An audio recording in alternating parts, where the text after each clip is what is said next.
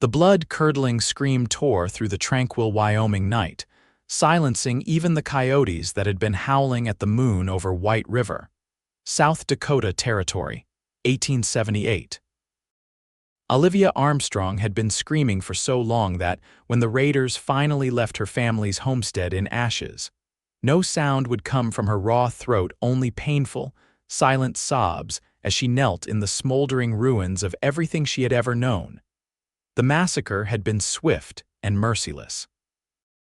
Her father, a stubborn rancher who refused to sell his water rights to cattle baron Edward Coleman, had paid with his life.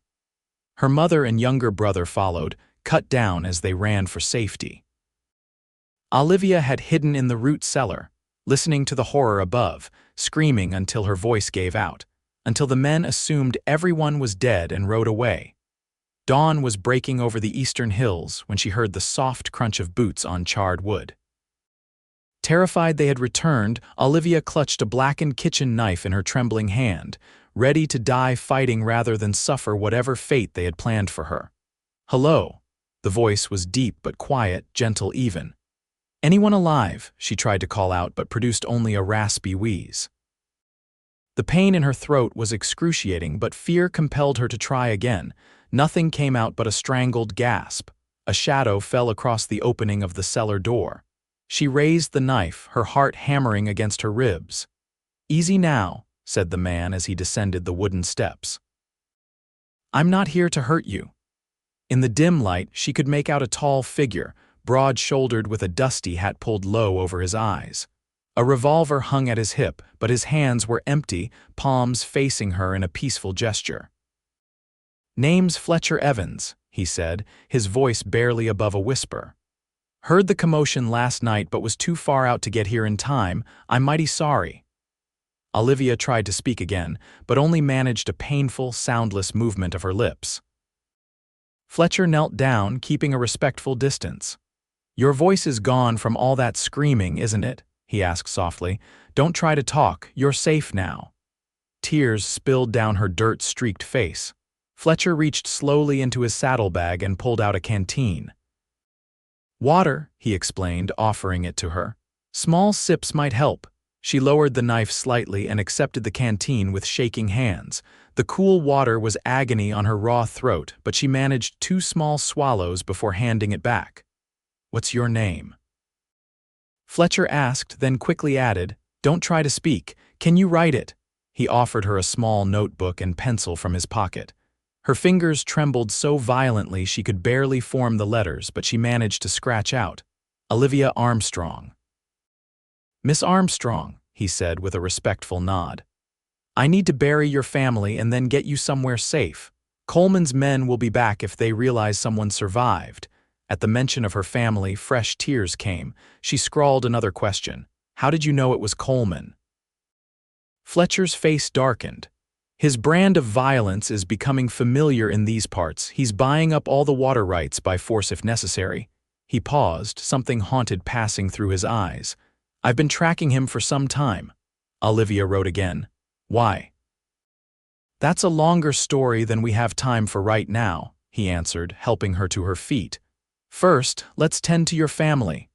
Fletcher handled everything with quiet dignity. He wrapped the bodies of her father, mother, and brother in blankets that had survived the fire and dug graves beneath the old oak tree where the family had often shared summer meals.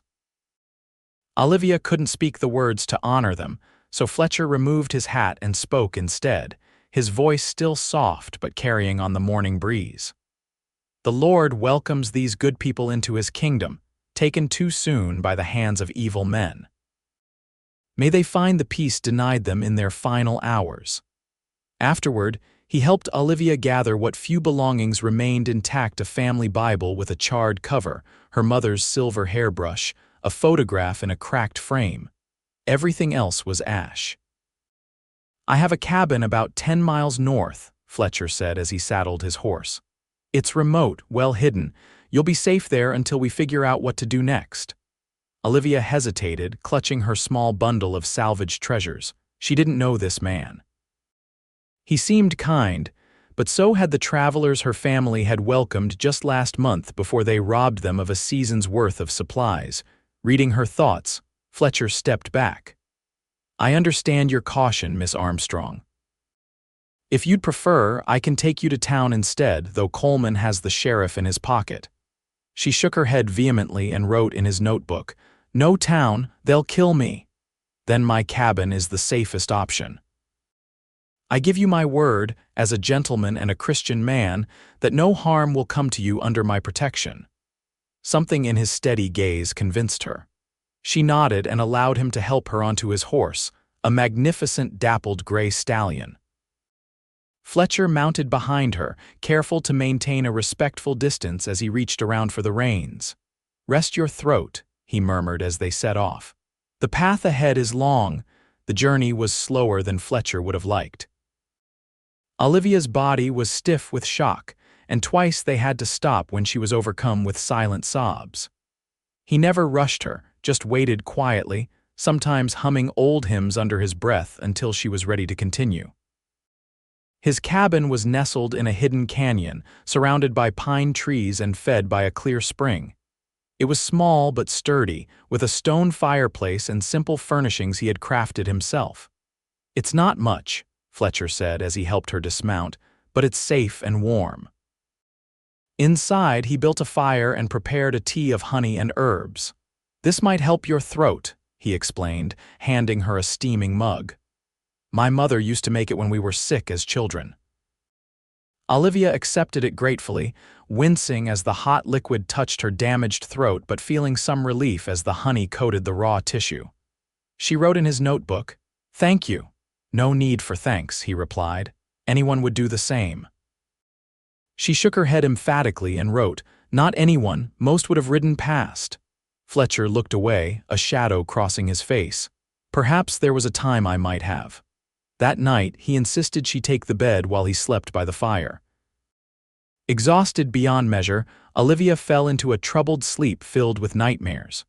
She awoke several times, soundlessly screaming, to find Fletcher already at her side, speaking in that same soft voice that somehow cut through the terror. "You're safe, Miss Armstrong. No one will harm you here."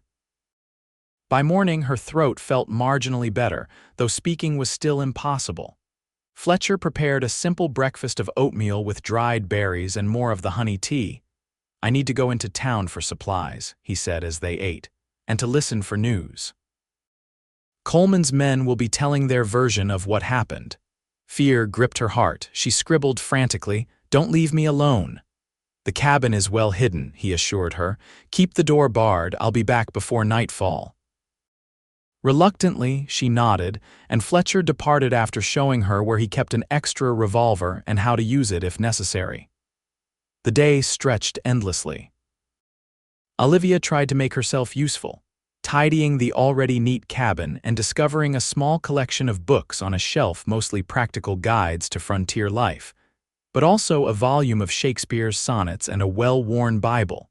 Fletcher returned as promised, carrying supplies and grim news. "They're saying it was an Indian attack," he reported, his voice tight with anger. "Claiming Lakota raiders burned the homestead and murdered everyone. There's a group organizing to retaliate against the reservation." Olivia's eyes widened in horror. She wrote frantically, "We must stop them." "That's why I came back for you," Fletcher said. "Your testimony could prevent a massacre, but it would put you directly in Coleman's sights. It's your choice, and I'll respect whatever you decide." Without hesitation, she wrote, "We go, cannot let more innocent people die." Fletcher's eyes filled with respect. "We'll leave at first light. It's a day's ride to the army outpost. Captain Miller there is one of the few honest men left in the territory." They prepared in grim silence, checking supplies and weapons. That night, Olivia found herself studying Fletcher as he cleaned his revolver by the fire. He was younger than she'd initially thought, perhaps 30, with sandy hair and a beard that didn't quite hide a scar along his jaw. His hands were strong but moved with surprising grace. "You should rest," he said, feeling her gaze. "Tomorrow will be difficult." She approached him instead, sitting nearby and writing in the notebook. Tell me your story. Why do you track Coleman? Fletcher was quiet so long she thought he wouldn't answer. Finally, he set aside his gun. 3 years ago, I had a wife, Sarah, and a young son, Thomas. We had a small ranch not far from where your family settled. His soft voice grew even quieter. Coleman wanted our water rights too. I was away delivering horses to the army when his men came. They didn't just kill my family, they made an example of them. Olivia reached out, touching his hand. Her eyes conveyed what her voice could not. I understand your pain. I've been hunting them since, he continued. Not for revenge, though I wanted that at first. To bring them to justice, so no one else suffers the same fate, she wrote. Why help me? You could have tracked Coleman instead. Because when I heard you screaming, he said slowly, it reminded me that there are still living people worth saving. I've been chasing ghosts for too long. Olivia squeezed his hand. After a moment, he squeezed back, and something passed between them, a recognition of shared grief, but also the first fragile seed of something that might, someday, heal. Morning came quickly. They set out at dawn, riding double again with Fletcher's rifle across his lap and Olivia's borrowed revolver tucked in her belt. The day was clear but cold, the October air carrying the promise of an early winter. They had covered perhaps half the distance to the outpost when Fletcher suddenly reined in the horse, his body tensing. Riders, he whispered, pointing to dust rising in the distance. At least 6 coming fast. He quickly guided them off the trail and into a dense stand of cottonwoods near the river. They dismounted, and Fletcher led the horse deeper into the cover. Stay low, he instructed as they crouched behind fallen logs. The riders soon came into view, 6 men, heavily armed, led by a large man with a silver-trimmed hat. Even from this distance, Olivia recognized him as Silas Jenkins, Coleman's foreman and the man who had shot her father. Her heart hammered so loudly she was certain they would hear it. Fletcher's hand found hers, steadying her. The men slowed as they approached the spot where Fletcher and Olivia had left the trail. One dismounted, examining the ground. Tracks here, he called to the others. 2 people on one horse headed west. They're going to the army outpost, Jenkins spat. The girl survived. How do you know it's her? Another man asked. Who else would be running? Split up. 3 follow the tracks, 3 continue to the reservation. We'll find her either way. The men divided as ordered. Fletcher waited until they were well out of sight before speaking. They're blocking our path to the outpost, he said grimly, and they know we're heading that way. Olivia wrote frantically. What do we do? Fletcher considered their options. There's a trading post about 5 miles east. Old man Harlow runs it. He has no love for Coleman. He might help us get word to Captain Miller. They doubled back, moving carefully and staying off the main trails. The trading post appeared in a clearing by mid-afternoon, a weathered wooden structure with smoke rising from its chimney. Fletcher approached cautiously, keeping Olivia behind him as he called out, Harlow, it's Fletcher Evans, I need your help. The door opened slowly, revealing a wizened man with a long white beard and a shotgun. Evans, thought you'd be dead by now, chasing after Coleman like you do. Not yet, Fletcher replied, but I've got someone Coleman's men are hunting. She witnessed their latest killing. Harlow's roomy eyes shifted to Olivia. Armstrong's girl heard the place burned. Indians, they're saying. It wasn't Indians, Fletcher said firmly. It was Coleman's men. Miss Armstrong saw everything, but they damaged her throat. She can't speak to tell what happened. Harlow considered this, then lowered his shotgun. Best come inside. The trading post was cluttered but warm. Harlow bolted the door behind them and offered coffee, which they gratefully accepted. I've got a boy works for me, Harlow said after hearing their situation. Good rider, knows the back trails. He can get to Miller by nightfall if he leaves now. Will he do it? Fletcher asked. For $20, Harlow said bluntly. Fletcher didn't hesitate, counting out the money from a leather pouch. Harlow called for the boy, a wiry lad of about 16 named Jimmy, and explained the mission. Jimmy departed immediately, slipping away through a back entrance. You 2 can wait in the storeroom, Harlow told them. If Coleman's men come, they won't find you there. The storeroom was small and dimly lit, packed with barrels and crates. Fletcher cleared a space where they could sit comfortably and shared their remaining provisions. "Now we wait," he said softly. Hours passed. Olivia dozed fitfully against Fletcher's shoulder. He remained alert, listening to the occasional customers who entered the trading post, tensing whenever voices rose or boots sounded too close to their hiding place. Near dusk, they heard the unmistakable sound of multiple horses arriving. Fletcher gently shook Olivia awake, putting a finger to his lips. Through the thin walls, they could hear Harlow greeting the newcomers. "Evening, gentlemen. What can I get for you?" "Information," came Jenkins' unmistakable voice. "Looking for a man and woman traveling together. Man's about 6 foot, sandy hair, has a gray horse. Woman's in her 20s, dark hair." "Haven't seen anyone matching that description," Harlow replied evenly. "Mind if we look around?" It wasn't a question. "Store's open to customers," Harlow said. "Storeroom's private." "Got trade goods waiting for the reservation." "The reservation?" Jenkins' voice sharpened. "You trade with those savages?" "I trade with anyone who has goods or money," Harlow answered. "Government contract." There was a tense silence. Fletcher quietly drew his revolver and Olivia clutched the handle of hers. "Check the barn," Jenkins ordered one of his men. "You look behind the counter." Fletcher tensed, ready to fight. But just then they heard the sound of approaching horses, many of them moving at speed, riders coming. One of Jenkins' men called from outside. A moment later, the trading post door burst open. "This is Captain Miller of the United States Army," announced a commanding voice. "Everyone remain where you are." Relief washed over Olivia. Fletcher lowered his gun slightly but didn't holster it. "Captain," Jenkins said smoothly, "we're just looking for witnesses to that Indian attack yesterday." "Funny coincidence," Miller replied, his tone suggesting it was anything but. "I received word that there was a survivor who claims it wasn't Indians at all, but Edward Coleman's men." "Including you, Jenkins." "That's a damned lie," Jenkins snarled. "Whoever told you that is right here," Fletcher said, emerging from the storeroom with Olivia behind him. The tableau froze Jenkins and his 2 men facing Captain Miller and 4 soldiers, with Harlow standing impassively behind his counter, shotgun within easy reach. Jenkins' hand twitched toward his gun. "She can't prove anything. Girl's probably addled from shock." "She can write what she saw," Fletcher countered. "And I found tracks at the Armstrong place, army boots, not moccasins, and this." He reached into his pocket and produced a silver spur.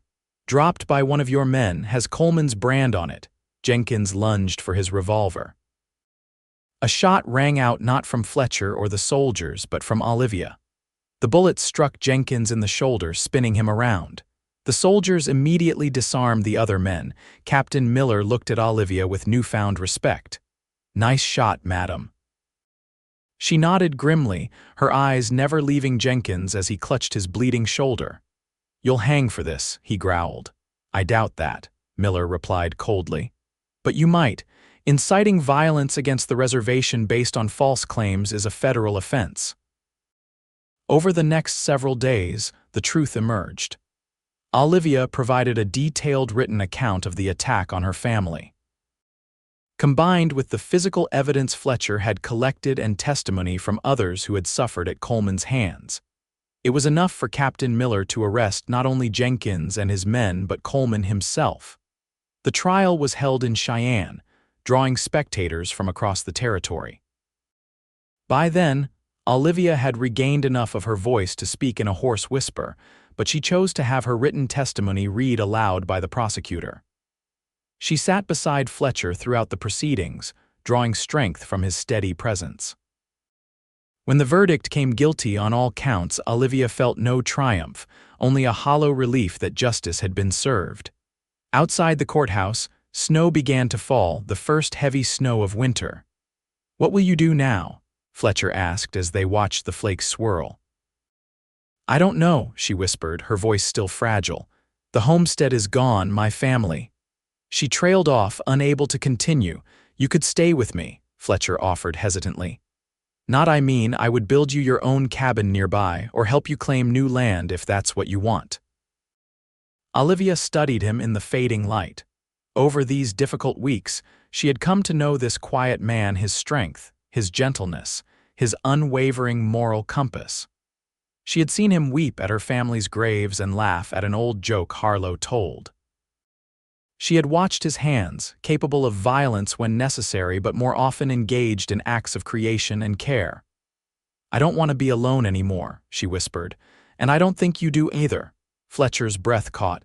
"It's too soon," he said, though his eyes betrayed his hope. "For marriage, yes," she agreed, her voice growing slightly stronger with each word. "But not too soon to begin again, together." He took her gloved hand in his.